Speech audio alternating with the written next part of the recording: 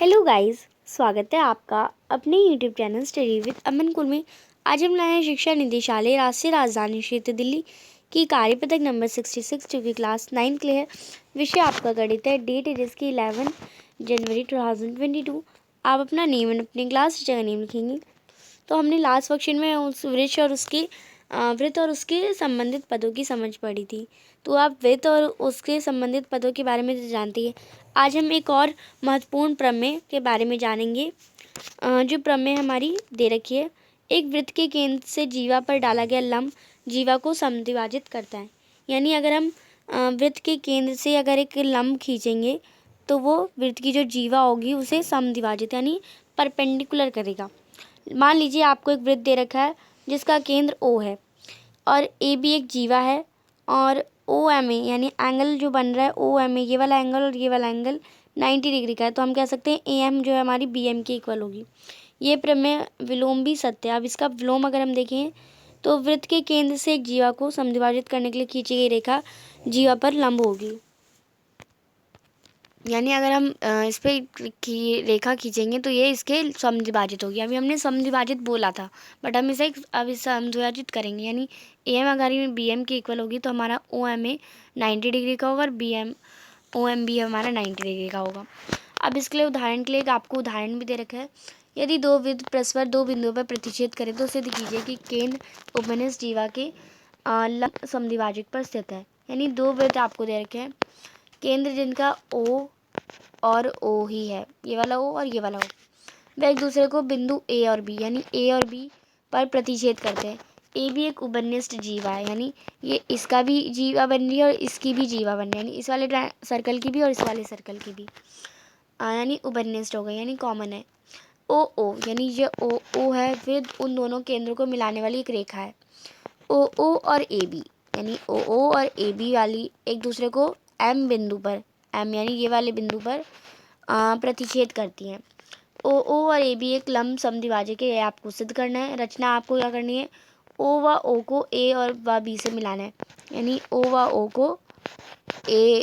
को ए से मिलाना है और ओ को बी से मिलाना है दोनों तरफ। देन ओ ए ओ और ओ बी ओ ए ओ और ओ बी ओ में आप देखिए तो ओ ए हमारी ओ बी के इक्वल होगी, दोनों एक ही वृत्त की त्रिज्या है। ओ ए हमारी ओ बी के इक्वल होगी, एक ही वृत्त की त्रिज्या है। ओ हमारी ओ के इक्वल होगी, ये उपनिष्ठ है। तो हमारा कह सकते हैं ओ ए ओ हमारा ट्रायंगल ओ बी ओ के सर्वांग सम होगा। एंगल 1 और यहाँ पे आप देखिए एंगल 1 और एंगल 2 जो बनेंगे वो सी पी सी टी से इक्वल होंगे। ऐसे हम लेंगे ए ओ एम और बी ओ एम, इन दोनों ट्रायंगल में ओ ए ओ बी के इक्वल होगी, एक ही वृत्त की त्रिज्या। ओ एम हमारी ओ बी के इक्वल होगी उपनिष्ठ, और एंगल 1 हमारा एंगल 2 के इक्वल होगा। और अभी हमने ऊपर सिद्ध किया तो O A O M B O M के इक्वल होगा एस ए एस सर्वांग समता नियम से। आगे हम देखें तो बचा हमारा 3 एंगल एंड 4 एंगल। यहाँ पे जो 3 एंगल और 4 एंगल ये दोनों का अगर हम प्लस करें तो ये 90 डिग्री का एंगल, सॉरी ये दोनों का लीनियर पेयर में, तो हम इन तीनों दोनों को प्लस करेंगे तो 180 डिग्री के इक्वल होगा। यानी एक एंगल हमारा कितने का आ गया, 90 डिग्री का आ गया। तो एंगल ए एम जो है हमारी हम कह सकते हैं ओ के परपेंडिकुलर है। ए एम हमारी इक्वल है बी एम के सी पी सी टी से।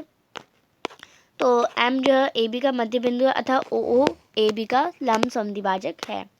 अब इसी पर बेस्ड कुछ क्वेश्चन है, 2 क्वेश्चन है। एक वृत्त पहला क्वेश्चन है, एक वृत्त के केंद्र से एक जीवा को समद्विभाजित करने के लिए खींची गई रेखा जीवा पर लंब होती है। तो सबसे पहले इसका डायग्राम देखते हैं।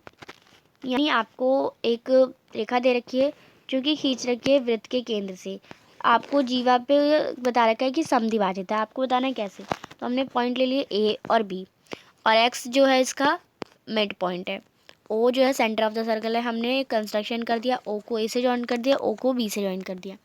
इतना आपको करना है, ये डायग्राम बना लेंगे, आगे के स्टेप्स आप यहाँ से लिखेंगे। तो जो मैं बोलूँ आपको वैसे ही साथ साथ लिखना है। गिवन है तो आप लिखेंगे दिया गया है अ सर्कल यानी एक वृत्त जिसका केंद्र ओ है, ए बी एक जीवा है, ओ एक्स जो है वो उसे समद्विभाजित करती है ए बी पे। ए एक्स हमारा इक्वल है बी एक्स से, वही लिख देंगे आप। आपको क्या करना है, सिद्ध करना है ओ एक्स जो है एल नहीं लिखा है, ये परपेंडिकुलर लिखा है। यानी आपको पता है परपेंडिकुलर का साइन कैसा होता है, ऐसा होता है। ये परपेंडिकुलर का साइन है। या आप समद्विभाजित भी लिख सकते हैं, या परपेंडिकुलर का साइन भी बना सकते हैं।